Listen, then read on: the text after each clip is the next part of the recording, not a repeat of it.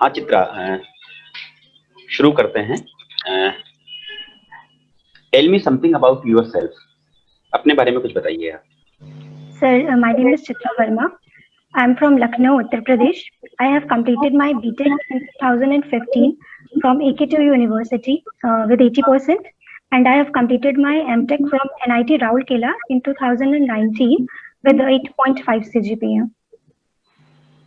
Okay. You are basically from UP, Uttar Pradesh. Yes, sir. Yes, I'm From from which place? Lucknow. Sir, from Lucknow. Can you tell me something about Lucknow? Because Lucknow is a popular city and one of the important city of the Uttar Pradesh. Can you tell me something about Lucknow? Yes, sir. Sir Lucknow को sir नवाबों का शहर बोला जाता है। Sir यहाँ पर sir जो sir Wajid Ali Shah थे सर, उन्होंने एक बहुत ही मशहूर सर बनवाया, बड़ा इमामबाड़ा जिसे हम बोलते हैं। एंड सर लखनऊ की सर चिकन कारी बहुत फेमस है। एंड सर बेसिकली सर खाने के लिए और सर अपनी तहजीब के लिए जाना जाता है लखनऊ। और सर बहुत सारे प्लेसेस हैं लखनऊ में घूमने के लिए, बड़ा इमामबाड़ा, छोटा इमामबाड़ा, और सर बहुत सारे वाटर पार्क्स हैं।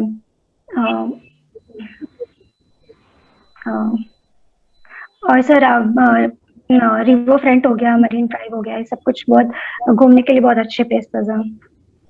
ओके, आपने बीटेक कौन से ईयर में किया था, कब किया था? सर मेरा बीटेक 2015 में कंप्लीट हुआ। एंड देन उसके बाद एमटेक? सर एमटेक मैंने किया 2017 में स्टार्ट किया था, 19 में से कंप्लीट हुआ है। तो आपने जो 15 से 17 के बीच में जो गैप लिया, उस वो गैप में आपने कोई जॉब की या आपने क्या किया? सर मैंने 6 to 7 मंथ सर अपने सेम कॉलेज में पढ़ाया था, टीचिंग किया था। एंड सर उसके बाद फिर मैंने कोचिंग ज्वाइन किया गेट निकालने के लिए। And sir after that I cracked GATE and sir फिर मैंने एनआईटी राउरकेला ज्वाइन कर लिया एमटेक के लिए। ओके, तो आपका मेजर प्रोजेक्ट क्या था? सर मेरा प्रोजेक्ट था sir influence effect on combined footing, influence effect of strip footings on reinforced Sandy soils, ये था प्रोजेक्ट। तो आपने एमटेक किया, एमटेक के बाद आप हायर स्टडी में जा सकते थे as a female candidate, PhD कर सकते थे, या आप पहले भी टीचिंग में थे, आपने पहले टीचिंग किया। तो आप ऐसा क्यों सोच रहे हैं कि ये पोस्ट जो है इसमें कई जगह हो सकता है आपको फील्ड जॉब भी करनी पड़े और आपके लिए एज ए फीमेल कैंडिडेट ये सूटेबल होगी? सर पीएचडी का sir first of all sir मेरा पहले तो कभी एमटेक का ही प्लान नहीं था, बट सर वो 2 साल के गैप में सर थोड़ा फैमिली प्रेशर हो गया तो मुझे वो एमटेक ज्वाइन करना पड़ा। सर प्लान यही था कि मैं विद एमटेक मैं कोई गवर्नमेंट जॉब ले लूंगी, बट सर अभी यूपी में वैकेंसीज ही बहुत ज्यादा लेट आई एक्चुअली में। एंड उसके बाद सर एमटेक के बाद में प्लान था कि मैं पीएचडी करूंगी, बट सर थोड़ा सर हेल्थ इश्यूज थे तो उस टाइम पे मैं ज्वाइन नहीं कर पाई पीएचडी, सो मैंने इंटरव्यूज ही नहीं दे पाई एक्चुअली में। बट सर उसके बाद में फिर ये वैकेंसीज आ गई की, तो सर फिर मैंने सोचा सर ये बेस्ट ऑप्शन रहेगा, बिकॉज सर पीएचडी 5 years का होता है, लॉट ऑफ टाइम। तो सर अगर मुझे पता था अगर मैं इसमें इनपुट दूंगी तो I can surely crack it, so that's why मैंने ये करा। एंड सर ए की job sir it's a prestigious job and sir UP की ही जॉब है sir, I don't think so कि इससे बेस्ट ऑप्शन मेरे लिए होगा, तो सर मैंने सोचा मैं यही प्रेफर करती हूँ। तो किस डिपार्टमेंट में जाना चाहेंगे? बहुत सारे डिपार्टमेंट है इसके अंदर, तो आपका प्रेफरेंस किस डिपार्टमेंट का रहेगा? और सर मेरा पहला प्रेफरेंस तो पीडब्ल्यूडी ही रहेगा। क्या होता है पीडब्ल्यूडी? पीडब्ल्यूडी का फुल फॉर्म क्या होता है? Sir public work department. Okay, इसके भी यूपी में मिनिस्टर कौन है?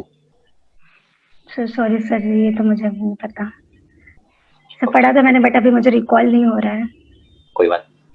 अब आपको टेक्निकल इंटरव्यू के लिए कुछ टेक्निकल क्वेश्चंस पूछने के लिए मैं शुभम अग्रवाल सर से रिक्वेस्ट करूंगा कि वो आपसे कुछ टेक्निकल क्वेश्चंस पूछेंगे और आपको उनका जवाब। Okay. Hello Chitra, my voice is audible? Yes sir, you are audible sir. Good afternoon sir. Good afternoon. Choose your 3 favourite subjects. Sir soil survey and transportation. Soil survey and transportation. I think आपका MTech भी soil mechanics geotech से ही हुआ है? Yes sir. तो project क्या था? Sir my project is related to influence effect of strip footings on reinforced sandy soil. Sandy soil, आपने सैंडी सॉइल कहाँ कहाँ से ली, मतलब ये कौन सी साइट से ली आपने सैंडी सॉइल? सर मेरा प्रोजेक्ट सर टोटली सॉफ्टवेयर पे था, फ्लैक्सिस 3D। सर मैंने सर कुछ भी सर फील्ड से रिलेटेड काम नहीं किया है। आपने फ्लेक्सिस 3D खुद यूज किया है आपने? यस सर, मैंने खुद से ही यूज किया था फ्लैक्सिस 3D। तो उसका पेड वर्जन आपने कहाँ से लिया? और सर NIT राउरकेला का खुद का होता है सर। ओके, तो अपन सॉइल मैकेनिक्स में बात करते हैं। What is plasticity of soil? What is plasticity index? Sorry sir. What is plasticity of index? अच्छा, sir it is the difference between liquid limit and plastic limit of a soil. मैं अगर clay के case में बात करता हूँ, तो clay के केस में सॉइल की प्लास्टिसिटी इंडेक्स क्या है, ज्यादा होता है या कम होता है? सर क्ले के केस में प्लास्टिसिटी इंडेक्स ज्यादा होता है। ज्यादा होता है। अगर if the plasticity index of a soil mass is 0, then कौन सी सॉइल होती है? Then soil is, if the plasticity index of a soil mass is 0, then the soil is Then the soil is, sir, we can say it the soil is sandy soil. sandy soil. Okay. What is the coefficient of curvature? Coefficient of curvature. Yeah. So, Why we use coefficient of curvature? so with the help of coefficient of curvature, we will get to know soil is well graded soil or poorly graded soil. How? So like if it is in a range of 1 to 3, then we can say this is the soil is well graded soil. And sir, if it is not following in this 1 to 3 range, then it is poorly graded soil. इसके लिए कोई एक relation होता है जिससे हम ये determine कर सके कि इसकी रेंज 1 to 3 के बीच में हम कैसे आए? Any relation for that? 1 to 3 के बीच में कैसे आया? Any relation for that? कि ये सॉइल पोअरली ग्रेडेड है या वेल ग्रेडेड है, इसके लिए ये वैल्यू हम डिटरमाइन करते हैं, इसके लिए कोई रिलेशन है? सर सीसी के लिए सीसी की वैल्यू फाइंड करने के लिए जो फॉर्मूला होता है उसे यूज करते हैं हम निकालने के लिए। और so that formula is D30 का स्क्वायर अपॉन में D60 into D10. Okay. Right now you are a civil engineer. Yes sir. Okay. And how would you go about designing a bridge to make sure it was safe or not? If you designing a bridge, how you rectify it was safe or not, it is safe or not?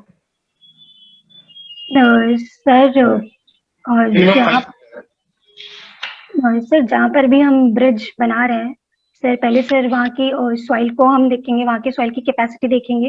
And sir first of all हम ये load निकालेंगे कि उस bridge पर कितना load आने वाला है, जो भी उसका सेल्फ वेट है और जो भी वहाँ पर ट्रैफिक मूव करेगा उसकी वजह से जो भी एक्सपेक्टेड। ब्रिज के लिए जो अभी आपने बोला कि सर लोड देखेंगे, कौन कौन से लोड आप देखोगे ब्रिज पे, कौन कौन से लोड देखेंगे? सर उसका सर पहली बात तो सर उसका खुद का डेड लोड होगा ब्रिज का। सेकेंडली जो वहाँ पर ट्रैफिक मूव करेगा उसका लोड होगा, विंड का लोड होगा, अर्थक्वेक लोड होगा। बस सर यही है। मैं एक एग्जांपल लेता हूँ। एक ट्रेन है वो एक ब्रिज पे से मूव कर रही है। Yes sir. उसी टाइम अर्थक्वेक आ जाता है उसके आसपास। तो कौन से लोड का कॉम्बिनेशन वो सबसे बेस्ट रहेगा? सर अर्थक्वेक आ जाता है तो sir dead load, live load और अर्थक्वेक का ही सर हम लेंगे। ओके ठीक है। अदर फैक्टर बताओ। सर सॉरी, अदर फैक्टर बताओ। आपने जैसे 2 फैक्टर बताए कि हम लोड कॉम्बिनेशन देखेंगे एंड सॉइल टेस्ट करेंगे। सॉइल के लिए सबसे पहले तो आप जो टेस्ट करोगे वो कौन कौन सी टेस्टिंग करोगे, फील्ड में करोगे या लेबोरेटरी करोगे? सर सॉइल के लिए हमको बेसिकली सर उसकी बेयरिंग कैपेसिटी चेक करनी पड़ेगी। कौन से टेस्ट से चेक करेंगे हम बेयरिंग कैपेसिटी? और सर बेयरिंग कैपेसिटी हम इधर सर हम प्लेट लोड टेस्ट कर सकते हैं और सर SPT कर सकते हैं, स्टैंडर्ड पेनिट्रेशन टेस्ट कर सकते हैं। ठीक है, और क्या जरूरत पड़ेगी हमें? और सर बेयरिंग कैपेसिटी के अलावा सर शेयर स्ट्रेंथ देखना पड़ेगा हमको, सॉइल का क्या है, उसकी परमेबिलिटी निकालेंगे। And sir first of all तो हम स्पेसिफिक ग्रेविटी देखेंगे, बिकॉज स्पेसिफिक ग्रेविटी के थ्रू हम उसकी और सारी प्रॉपर्टीज फाइंड आउट कर सकते हैं, like liquid limit, plastic limit, all that things. ये आपने एक वर्ड यूज किया परमेबिलिटी, ये परमेबिलिटी क्या होता है उसमें? What is permeability? Permeability is the ability of water to flow through the soil walls. Okay, अभी जैसे मैं क्ले के केस में बात करूं, क्ले के केस में वॉइड ज्यादा होते हैं. Yes, sir. ऐसे होता है, क्ले में वॉइड ज्यादा होते हैं, फिर भी क्ले की परमेबिलिटी वो कम होती है, ऐसा क्यों? Sir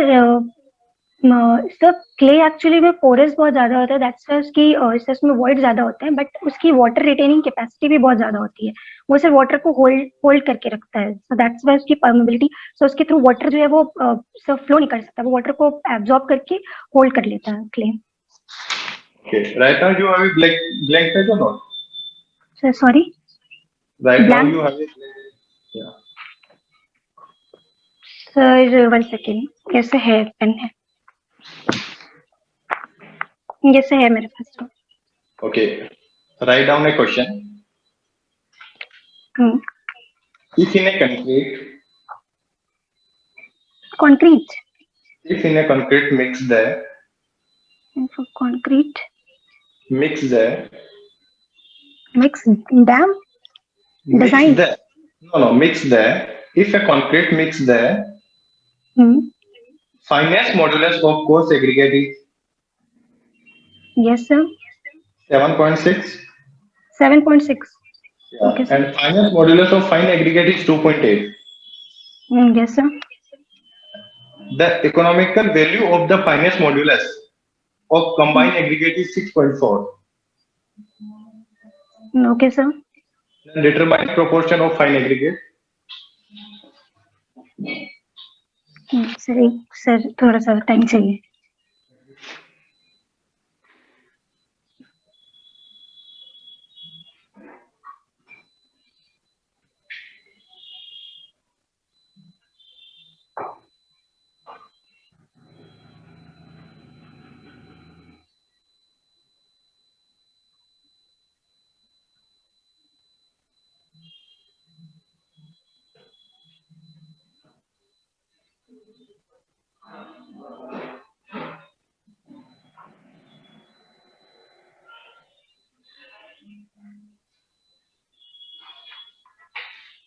sir 33%.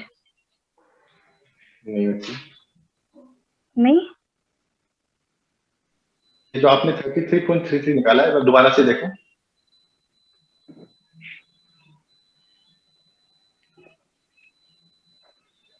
सर मेरा तो ये याद है 1.2 डिवाइडेड बाय 3.6. क्या पूछा है क्वेश्चन में? पूछा क्या ये देखो. सर क्वेश्चन में पूछा है कंबाइंड फाइन एग्रीगेट का परसेंटेज पूछा है, कितना होगा. फाइन एग्रीगेट पूछा है, ना कि रेशियो पूछा है. जो आप डिटरमाइन कर रहे हो is the ratio of fine aggregate divide by coarse aggregate. But question में क्या पूछा है? Proportion of fine aggregate. What is the difference between English bond and double Flemish bond? Sir English bond we will let the brick.